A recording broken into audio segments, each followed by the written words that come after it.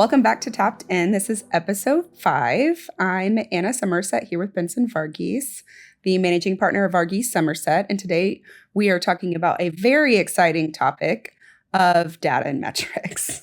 So exciting.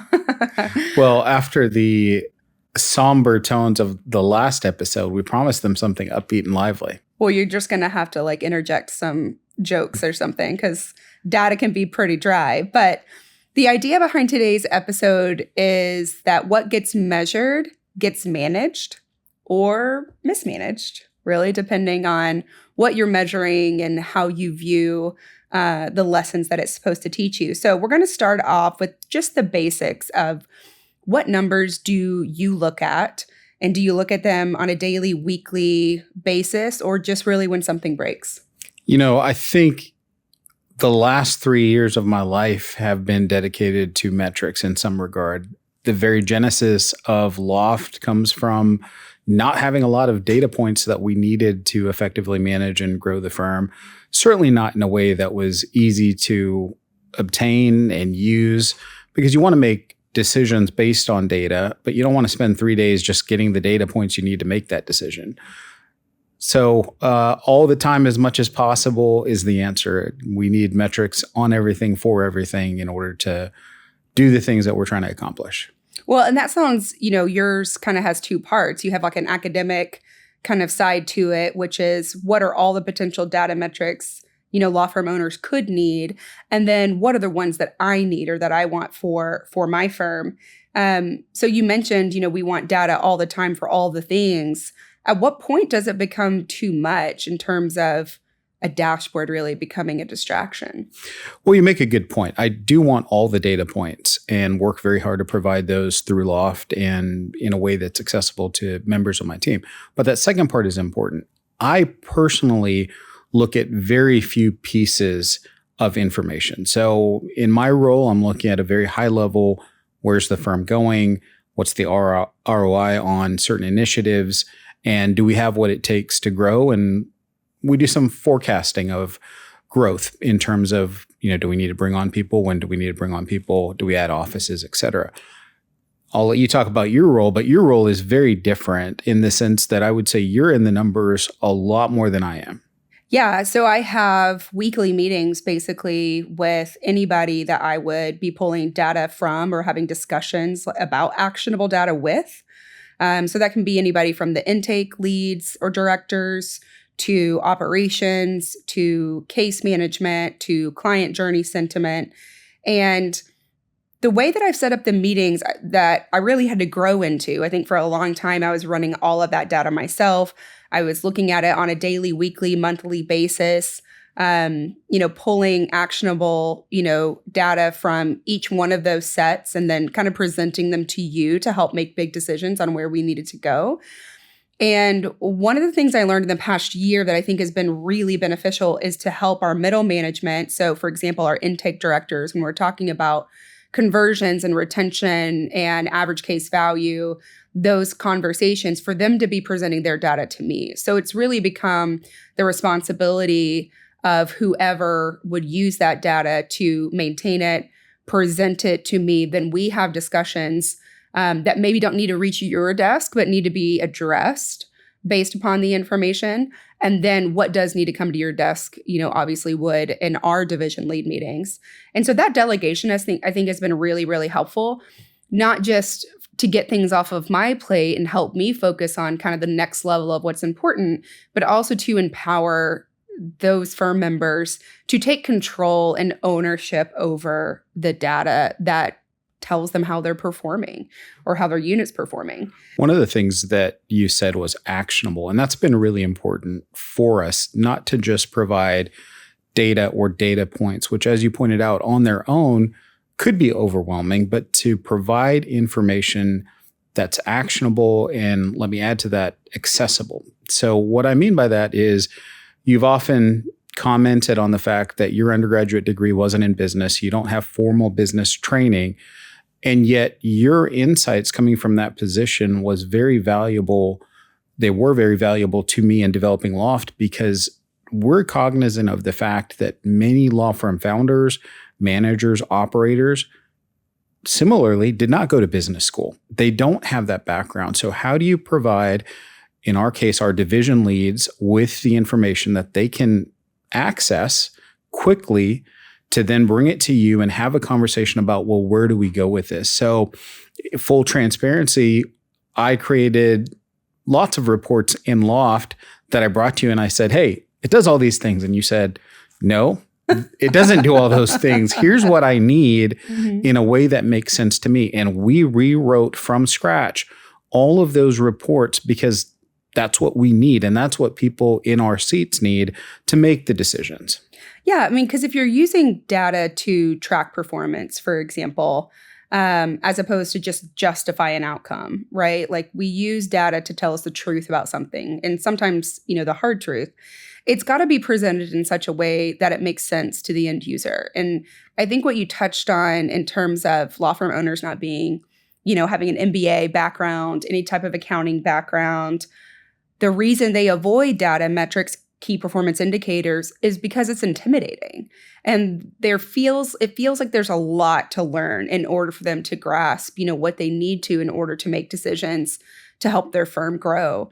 And I think one of the things about rewriting the reporting, platform in Lawft was not just to address the reporting we felt was lacking in the other case management softwares that we have used or reviewed, but also to really get creative about how to present it in a way that really makes sense to really anybody who's just looking at it for the first time. They would know by this report, these are all the things that relate to the client journey. These are all the things that relate to revenue. These are all the things that relate to trust accounting. And that way it's all in one place. I think one of the things that a lot of case management softwares get wrong is they add a new report for everything. And then you, as the end user, you end up having to go to 10 different places to get the data that you need to make a decision. And we wanted to be able to combine as much of that into one place as you could and make it really easy, which I think has been great. But when we talk about how we use data, would you agree or disagree that most companies aren't really data driven? They're data justified. And what do you think that means? I think law firms particularly often use data points to justify the action that's been taken. And let me give you an example of that. Just last week, I was talking to an attorney, very bright attorney, who commented that he keeps pouring money into various lead generation services or Google ads without really knowing what the ROI is. But his thought is, hey, every time a salesperson calls me and they pitch me on, well, spend $20,000 because if even one of these cases comes to fruition, you'll make your money back. And anything on top of that is gravy. So that's essentially the math that many attorneys are doing because they don't have the time to figure out what's my ROI on this segment of my advertising budget. In Lawft, you can see where a lead came in and you can very accurately look at, well, what is the ROI for each dollar that I've spent? Because everything comes down to attribution, right? And if you have a good method of attributing, whether that's through your intake team, logging it properly in your software, or because as in Lawft, a lot of your outward facing lead points automatically pull that data in. So I know where a lead came from, where it came from on my website, or if someone calls in, our team is asking. And of course, you can have a lot of discussions about last point attribution, right? People may have seen you 5 different places and they will always say, it used to be Google. But now perhaps it's ChatGPT. But, attribution is an imperfect science, but you want to have as much reliable data as you can get quickly accessible to you so you can have those meaningful conversations. Well, and I think that there's an emotional side to reporting, which is when people look at data and they kind of come up with a story as to why that number is the way that it is. And I think we always have to be asking ourselves, what is the story you're telling yourself about what this data is saying? I mean, I was having a conversation this week with an attorney who's a little down on herself about someone she believed was questioning her performance. And I said, well, let's break it down to like the very fundamental basics. Like, what is your performance? What do you think about your performance? And immediately she started talking about some of her cases or some of her clients. And I said, no, I mean, what does your data say about your performance, right? And we can't reduce everything down to numbers, but numbers give us a really, really good baseline for what the truth is. And the truth is her numbers were fantastic. And I said, putting aside the need for affirmation or putting aside how wonderful your clients think you are, how grateful they are for you, you can always look at this data and know it's objectively true. You are a high performer, right? And so I think data can really be a justification for behaving a certain way or making a certain decision. And on the flip side, it can also really be used to bolster things that we know that are objectively true. But I think what's interesting about the emotional side of reporting is that we sometimes will protect our pride or our ego over facing the truth. And that kind of gets us to our next segment, which is really about measuring what matters most. And you touched on this a little bit earlier when you talked about actionable data. And I would like you to compare that to like a vanity metric. And what are the difference and how can people decipher? Perhaps I'm the perfect person to ask this question because way back when, and to some extent still today, I work a lot on creating content for our website. And that used to be the written word. Now, pretty much everyone at the firm is involved in content creation one way or another, including in videos. And I remember when I first started writing, how many people visited the article I wrote was immensely rewarding. If thousands of people read my article, I thought, oh, well, this is great. And in some senses, it is great in the sense that you've provided value to an audience, and that's why they're there reading your article. But in some senses, from the business perspective, that's truly a vanity metric, right? If 10,000 people read my article and none of them call me, my actual ROI on that is zero, right? But if I write an article that only 200 people read, but 20 of those people call me, well, that's extremely valuable, right? So vanity metrics are often those things that we like to keep track of. Even today, I know how many people visit our website because it's something that's noteworthy. But I also know it's only something that makes me feel good. It doesn't really matter unless those people are reaching out and contacting us in some form. So that's the difference between a vanity metric and something that actually moves the needle for your firm. And that's really the question you have to be asking yourself is not did my YouTube video or TikTok go viral, but did I produce content that led to a case being generated for my firm? Well, and I think that's a great point. And, when we talk about actionable data, I mean, do you think that data that drives profit or data that drives revenue are actionable? And are they the same or are they different? To me, it's not just a revenue question. Actionable data to me means any piece of information that allows you to make a meaningful decision about your firm, whether that's, again, forecasting needs, current hiring and staffing, where we need to continue to spend money in terms of marketing. Those are all questions from which I can take an action. That's the type of information I want to focus on. Well, and just to break it down a little bit, when you say, forecasting for staffing needs, I mean, we know that it can be very difficult to find top talent. I mean, when you're used to and only interested in working with A players, those aren't people that you post something to Indeed and you get, the first 5 people in and you're like, yeah, I'm going to choose one of those, right? It can take months, if not years, to find people to fill those positions. So tell me, what do you mean when you say you're forecasting for that staffing need, and what leg up does it give you to understand what that data means? Certainly. And I agree with the premise of we're always hiring. And frankly, every attorney we've hired has been a relational hire, meaning either I knew them or you knew them or someone at this firm knew them. And it wasn't just a resume that came across our desk.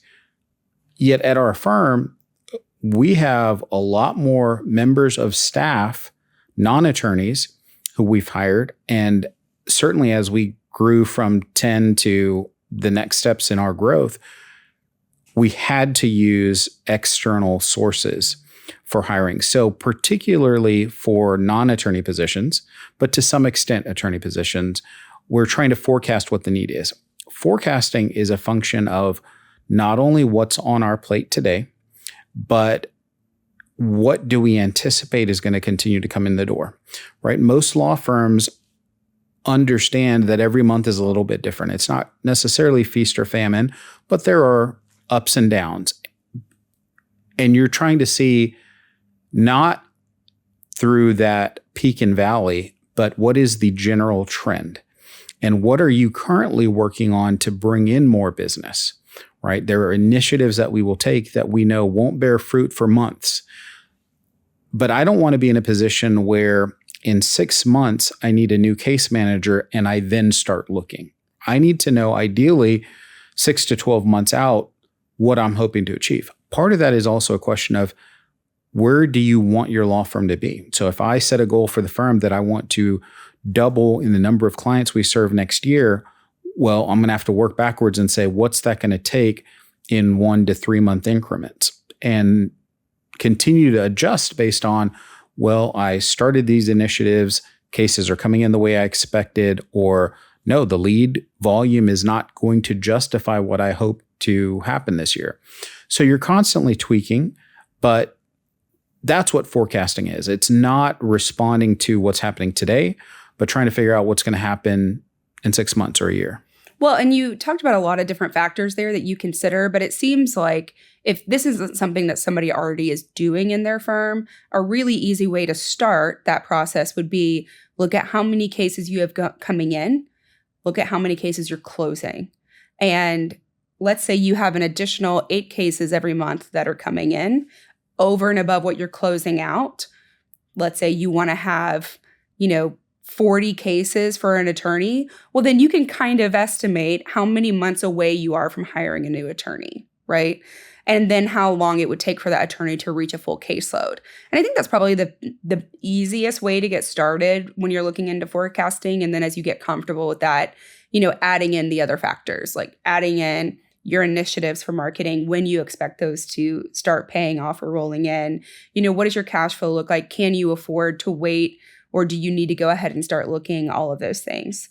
So when we look at data, I think most people default to thinking it's about finances, right? Whether it's about revenue or profitability or return on investment for marketing.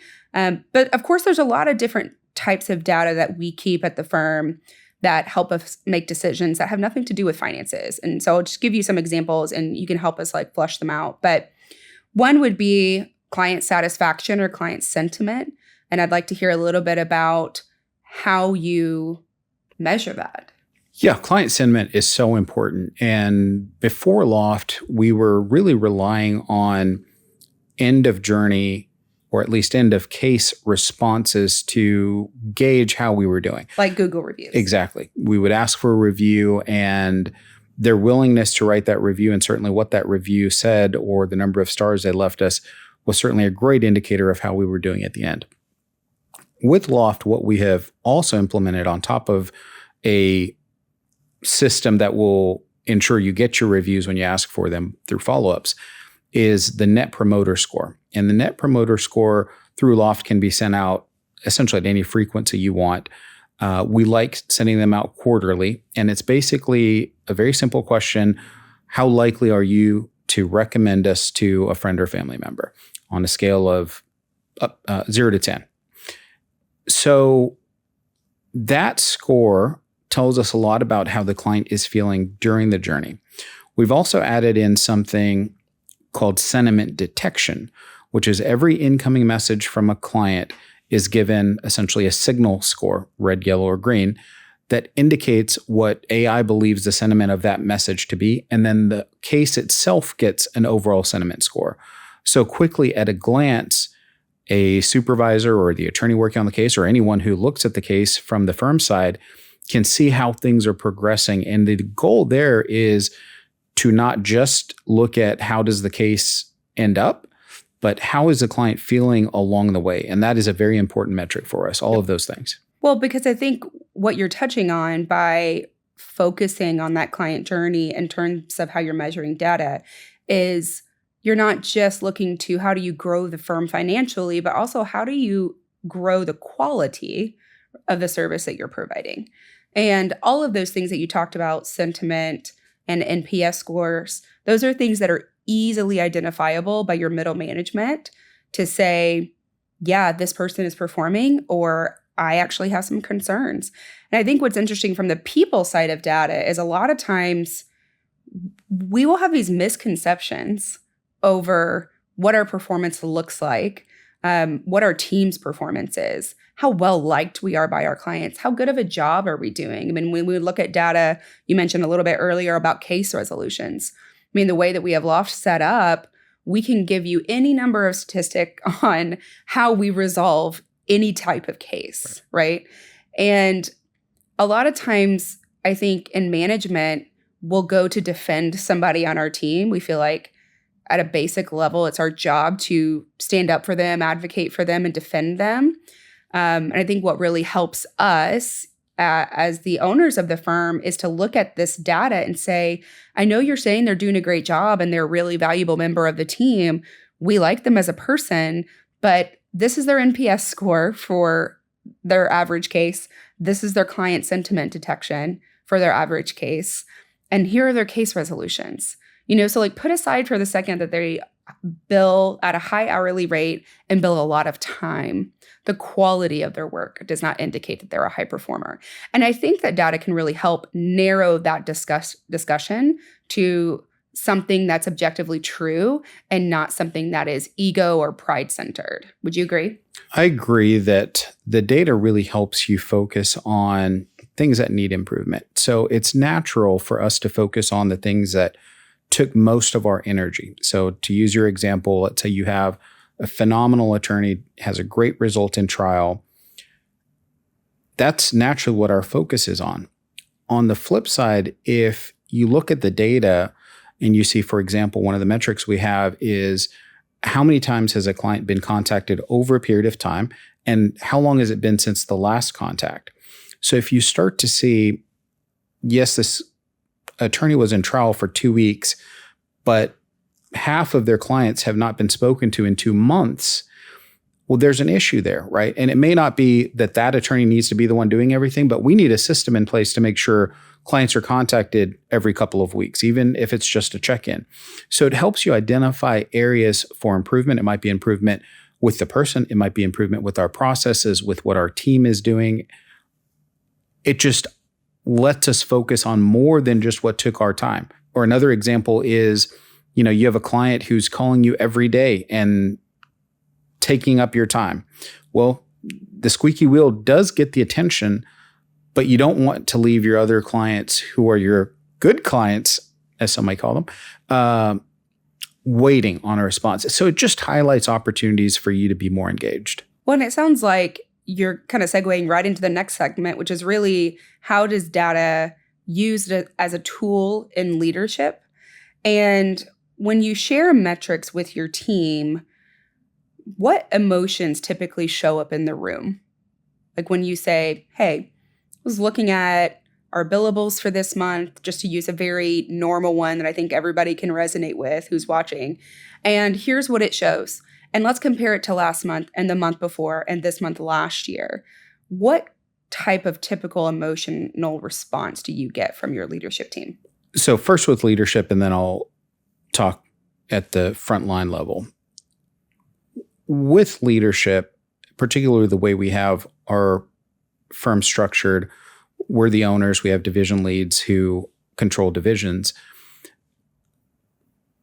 I'm pretty transparent with information at the division lead level because we brought in people we respect and want to have conversations with. I'm really not concerned with sugarcoating it at the division lead level because we have common goals. We're all trying to achieve the same thing in terms of productivity and where the firm is in the future.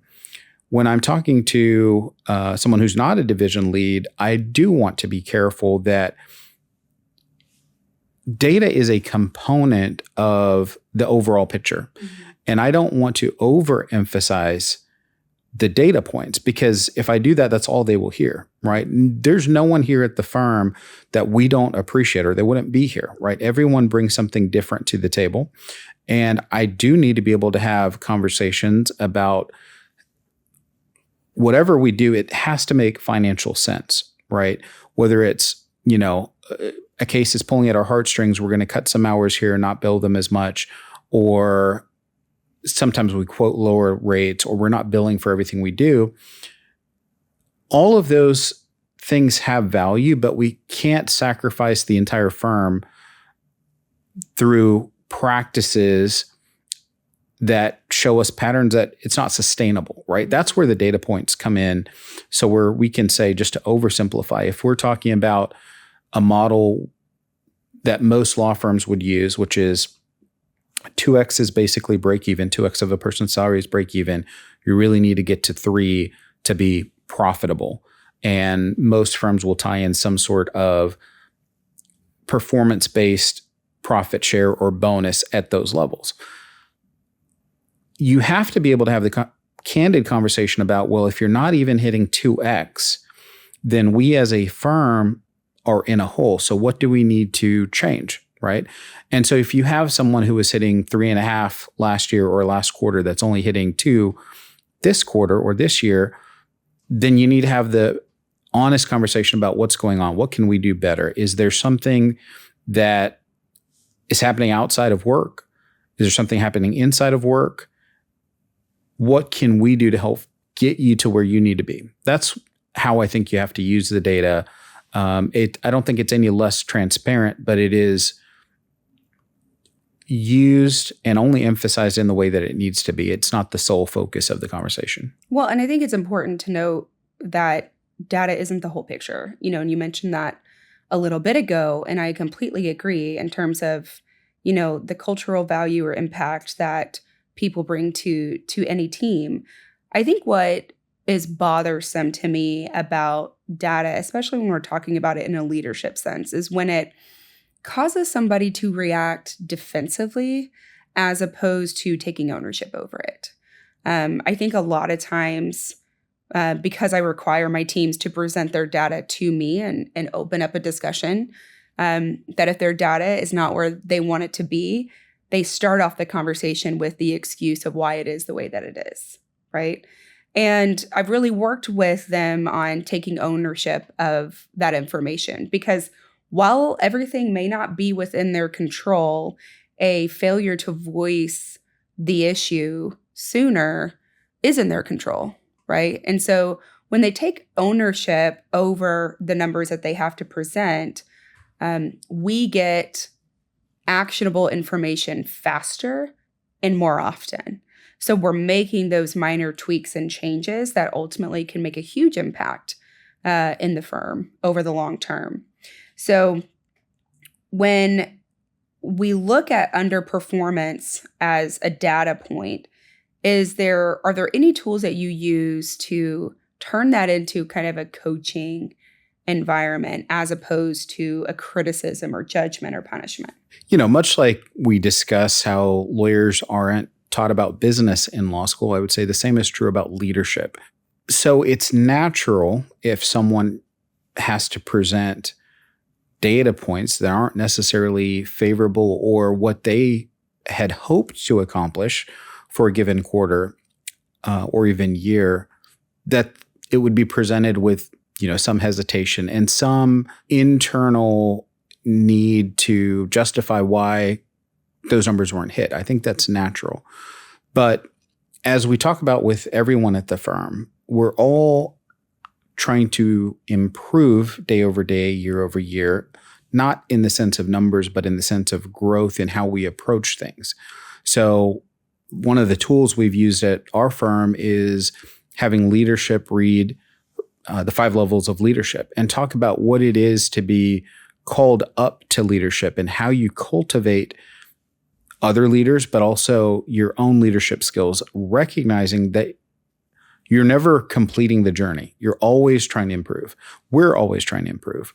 And so improvement in that space comes from an open dialogue that this is not an adversarial conversation. It's not a criticism. We are in this together. We're both trying to accomplish the same thing. And I think if both sides start off with that premise, until or unless proven otherwise, then that recognition will help you have those transparent conversations. If we can both agree that we collectively wanted to hit X and we didn't, and now we need to figure out how we're going to either accomplish that or set an even higher goal and accomplish that higher goal over time. Make up the difference. Exactly. We can't go forward unless we have that basis of trust. And I think that's kind of key to what we call our leaders to do, is just to be committed towards growth, to be committed towards transparency, to operate from a position where we mutually agree that we're in this together. And as long as we are, then, if you fall short, then I'm going to help you.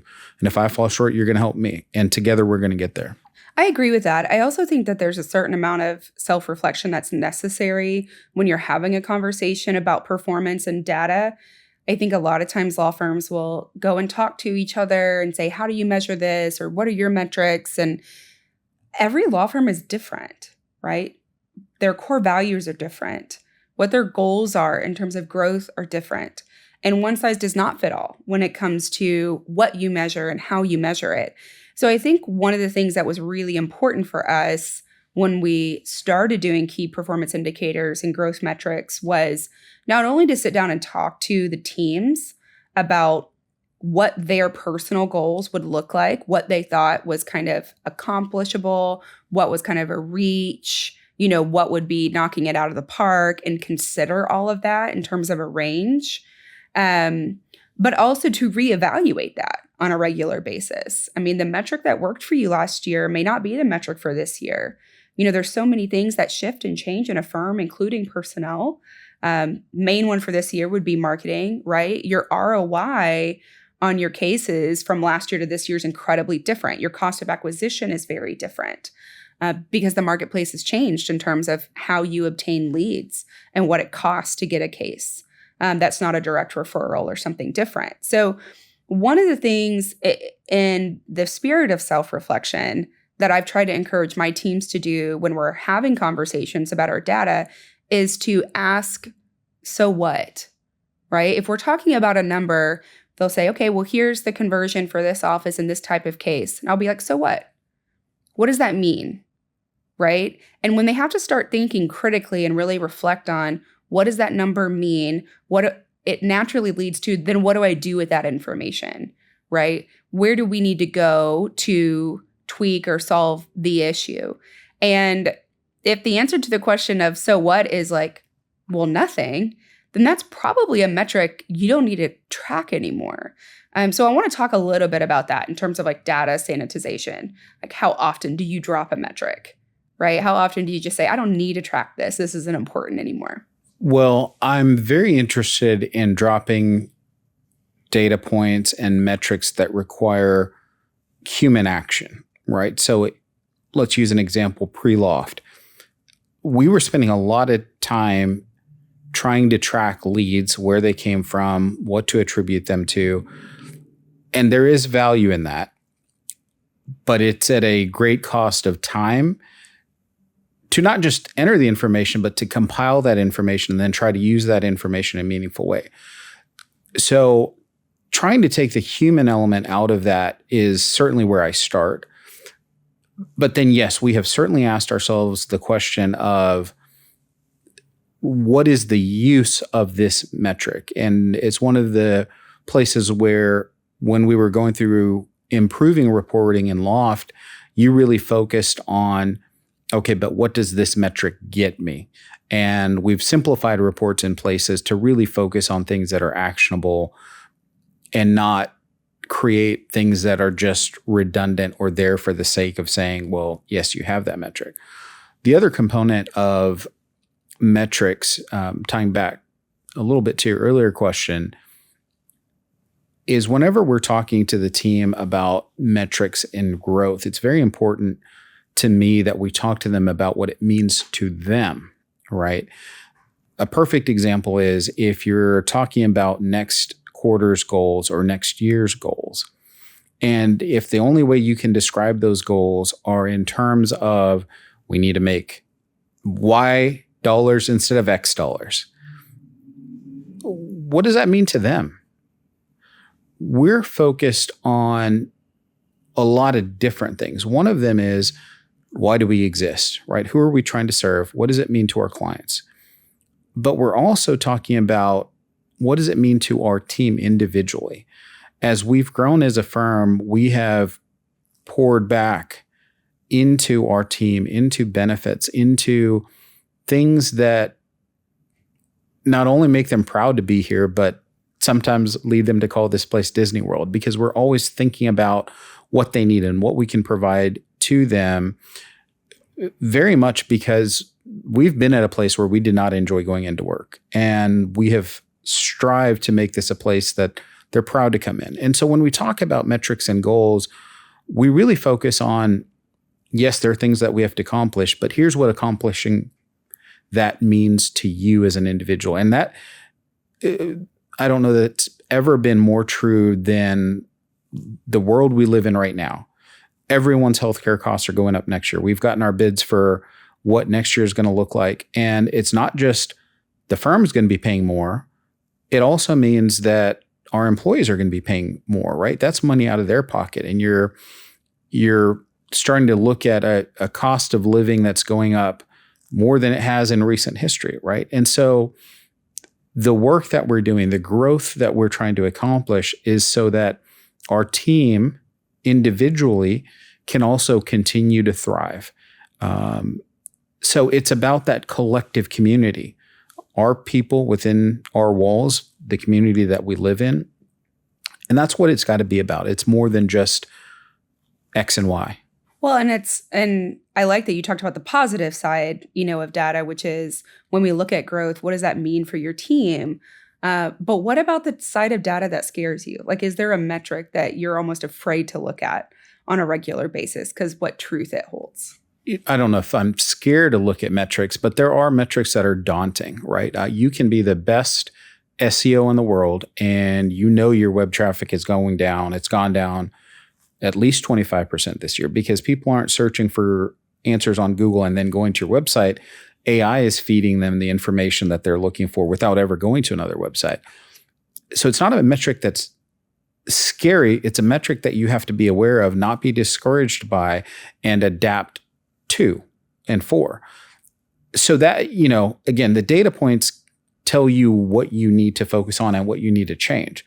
So you have to see it as an opportunity, right? But yes, there are many people who are thinking, man, I've spent tens of thousands of dollars on improving my website, and now my website's getting half the traffic that it got last year, right? You can't run from that problem, right? You just have to adapt and say, I need to be where people are and where they're going to be. Yeah, I would say the metric for me that is always scary to look at is profitability. And I think the reason for that is when you're growing, you have such a heavy investment financially back into the firm that you don't expect your profitability margin to be very large, right? Because you're doing a ton of pouring back in, finding new markets, opening new offices, hiring new people, providing more benefits, trying out new marketing ideas. But I think where a lot of firms get into trouble with that is it kind of can get overshadowed by these massive PI verdicts, right? And I don't know that there's anything more like fiscally responsible than a firm that only bills by the hour, because that is all based on time. There's only so much money they can make based on the amount of work hours in a week, or how many hours they bill in a week, and how many weeks there are in a year. And that's it. So they have to be super responsible with their finances on the expense side to make it make sense. I think where a lot of PI firms get into trouble is they incorporate these big verdicts into their profitability consideration. And in my opinion, yes, your accountant should, right? It should be on your P&L and on your balance. But in terms of how you operate, you've got to exclude all of those outliers, because it's easy to maintain a 20% profit margin when you've got swings that are 650% profitable, right? But that means all of your other cases, you're not running in a way that's responsible financially. And so I think for me, that's always an overwhelming idea, right? It's one thing to watch your revenue go up every year significantly, and it's another thing to watch it go up compared to what it's doing to your profit margin. So what I've challenged myself to do and what I would challenge other people to do is always check on the ones that scare you, because those are the ones that are telling you the truth about how viable your growth is and how healthy your firm is. So when you're committed to getting data right, how do you balance accountability when your growth stalls out? I mean, you talked a little bit ago about you've spent all this time and effort on SEO and you've watched your web traffic go down over something that's completely out of your control. So how do you pivot to make sure that the firm is still growing in light of those pretty massive changes? Well, given this is the Tapped In podcast and it focuses on law firm growth, I imagine most of the people listening to this are in some form of growth mode, right? So let's put aside status quo is good enough or marginal growth is good enough. I think the starting point is we intended on doing this, right? We set out on a mission to grow. And for us, it was a decision that we really spent months thinking about whether or not we were going to grow or stay still. But once you make that decision, you're not making it with a guarantee that it will be successful, right? And just because you've had years that have been very successful, or just because, as you said, overall revenue goes up, that doesn't really tell the full story, because you are intentionally pouring back in. And with that, of course, comes risks. And I think what every law firm owner has to do is gauge their level of comfort with the amount of risk that they're taking. You should never take on so much risk that it's tipping the scales, in the sense that if I don't bring in $1 next month or the month after that, then we're not going to be solvent, right? In the PI space, you do have those big wins. And for as much as that puts you in a position to take big swings, you're no longer at the place you were the day you started. The day I started, I could take any risk in the world because the only person I had to support was myself. That risk is very different when, your payroll is well into the six figures each month, each bi-weekly period, and you have 70 families depending on you, right? You have to set aside a reserve that protects you from the ebbs and flows of those big PI cases. We're fortunate that we have different practice areas, including ones that are on the hourly model, that can sustain us, right? And if you can set up a firm where you have different revenue sources, fantastic. But many PI firms only have PI cases, oftentimes a very particular type of PI case. And so in that world in particular, you just have to be able to reserve enough that you have peace of mind. For some people, that may be 6 months of payroll. For some people, that may be a year's worth of payroll. But whatever that number is, you set it aside and then you forget it exists, right? Because the worst thing that you can do is get into a position where you're really stressing out about a month out or 2 months out. Or now you're thinking, hey, when the next PI case comes in, I don't know that I have the budget to work that case up, right? And lost opportunity. Exactly. And although I know there are plenty of people out there that will fund litigation, that's not where you want to be, right? And I think it is unique to PI that essentially every PI attorney has the ability, when they get that big win, to put money aside in the firm and figure out where you're going to put that. It can be, money market, pick your platform, but someplace where you can take care of your people for a period of time. All right. Well, thank you so much, Benson. And with this being the Tapped In podcast, I want to finish this episode by asking a question of what would it look like if your team was really tapped in and emotionally neutral to being data-driven, whether that be actionable data or data on their results or data on their client journey? I think for any team that is data-driven and truly, let's call it emotionless about the data itself, it's invigorating, right? It gives you the opportunity to focus on results and what you need to do to get there. All right. Thank you so much. We'll see you guys next time. Thank you.